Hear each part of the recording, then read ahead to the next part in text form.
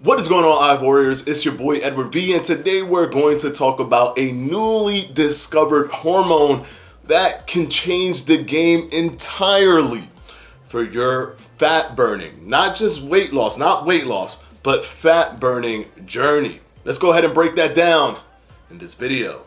Stay tuned.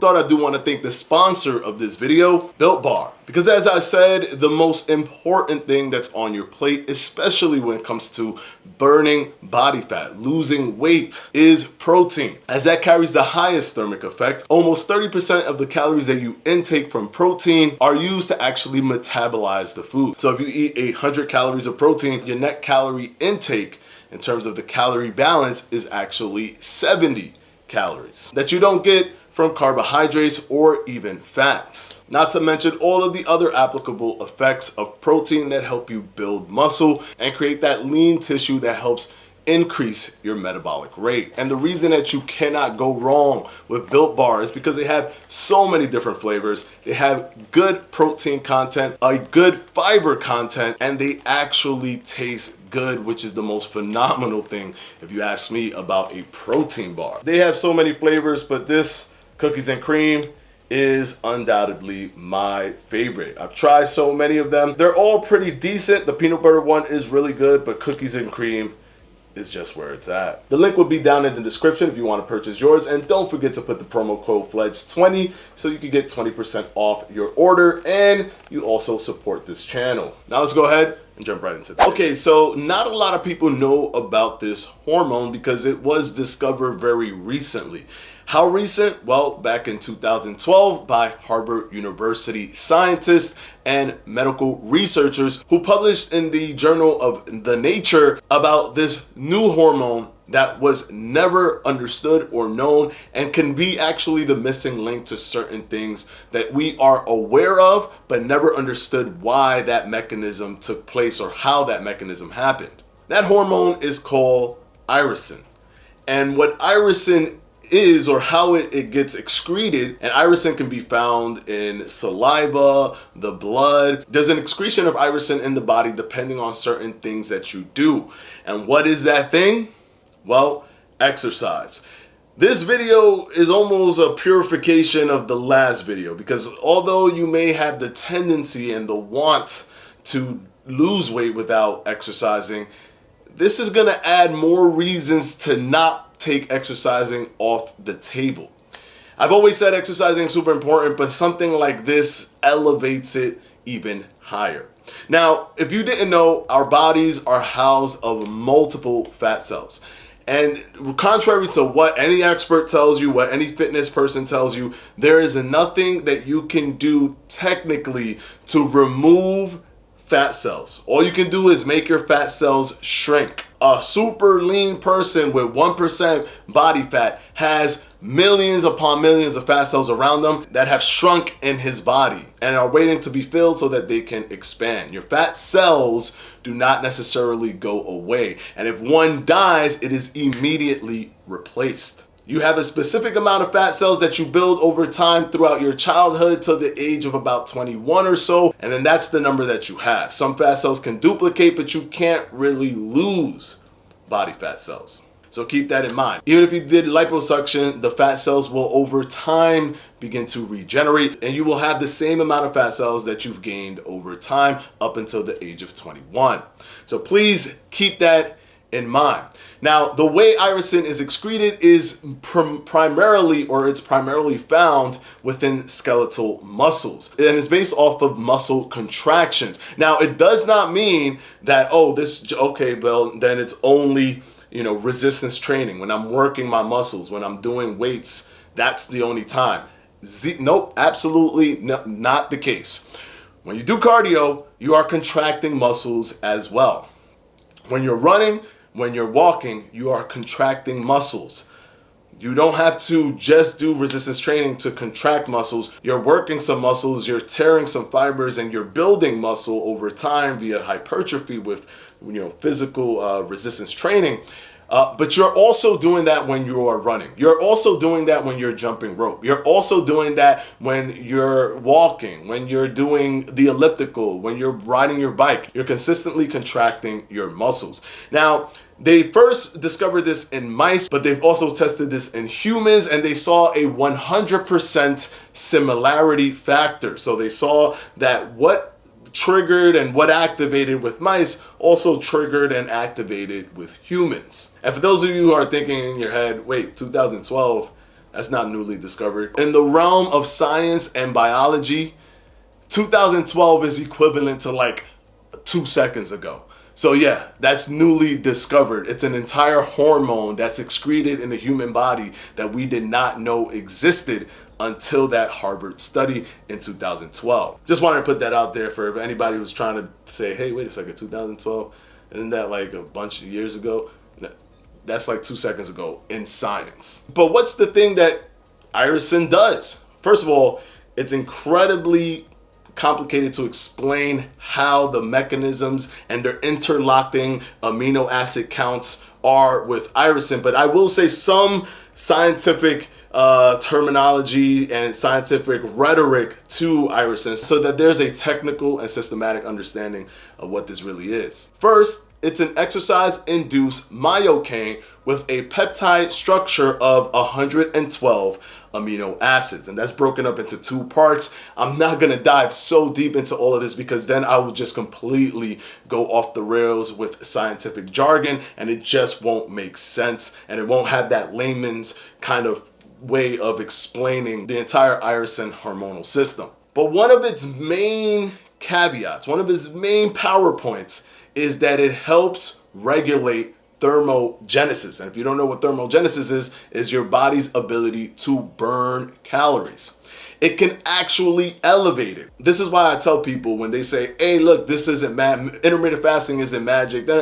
We're not talking about magic. We're talking about hormones. Calories in versus calories out is a simplified way of looking at energy expenditure, because calories in is pretty simple.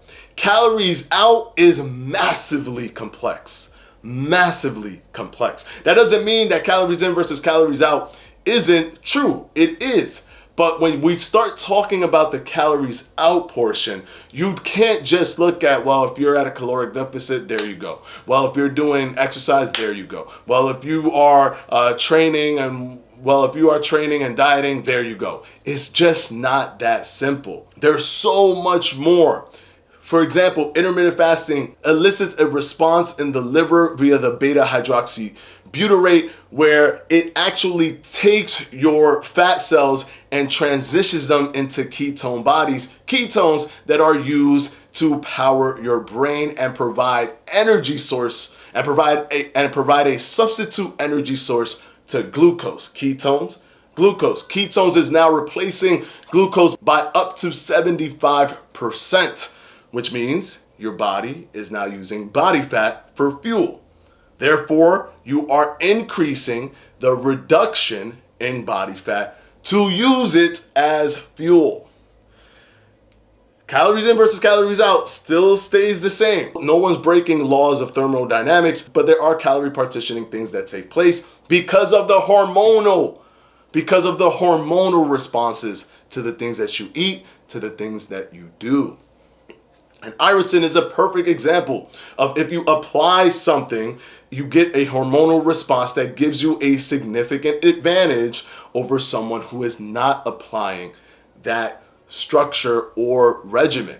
Now, it's an exercise-induced hormone, which means it excretes because of exercise, and it's a thermogenesis regulator and can do something amazing.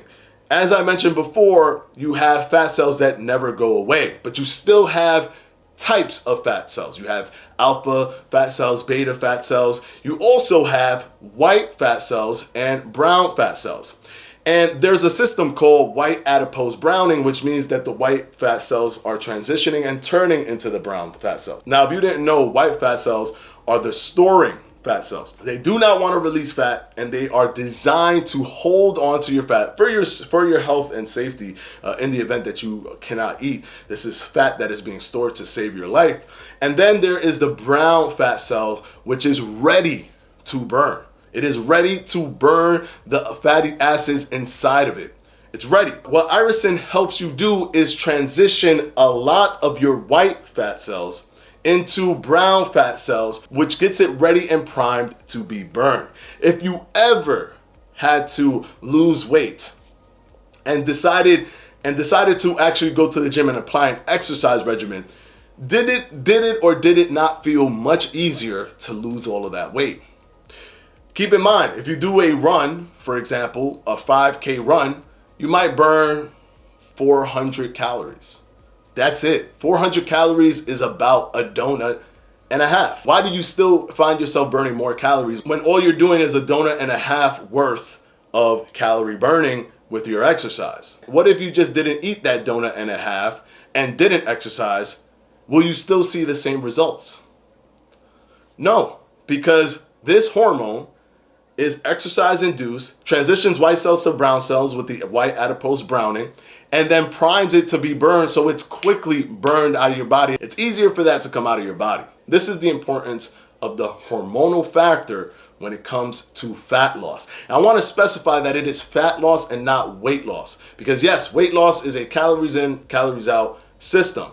But even that, the calories out, elevating how much you burn, when you burn, the type of fat cells you can burn, all of that is coupled with the hormonal reactions and the hormonal interaction that your body has within itself. Insulin sensitivity versus insulin resistance, leptin increase versus leptin decrease, ghrelin increase versus ghrelin decrease. All of these things that attack things like how hungry you are, how hungry you feel, how full you are, how full you feel, and how much body fat your body is comfortable with burning, and how much sugar your body is comfortable with storing. You got to take the blinders out and not look at weight loss as a mathematical problem of plus and minus and simplifying it that way.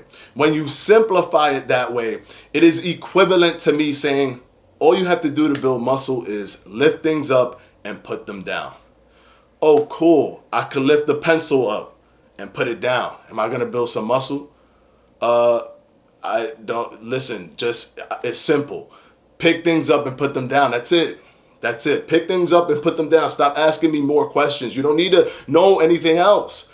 Pick things up, put them down. But wouldn't I want to pick things that are heavy? Don't I want to do it in a safe way so I don't get any injuries? Don't I want to consistently increase the weight that goes?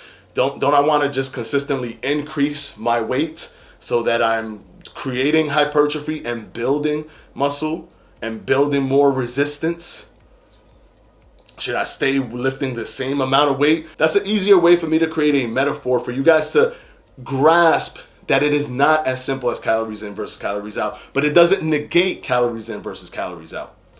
But the hormonal factor is probably the most important thing. You have to know calories in versus calories out, but hormones and biology and the human body, that is much more complex. So hopefully this was very educational to you. You learned about Irisin. You can look into it further. The study, they've done more studies after that, studies in Spain, studies with men and women, looking at the differences, looking at people who do cardio, looking at people who do resistance training.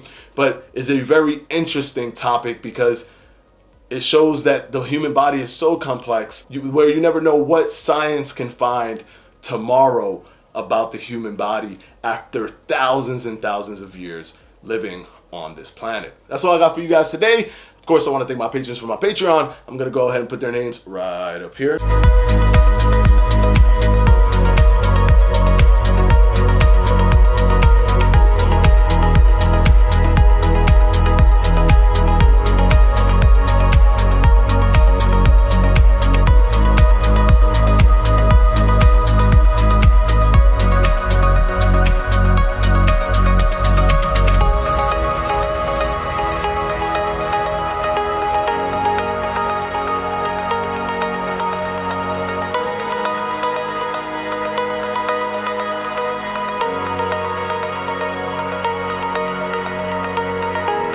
And as always, guys, I'll see you on Wednesday for another FAQ. Peace!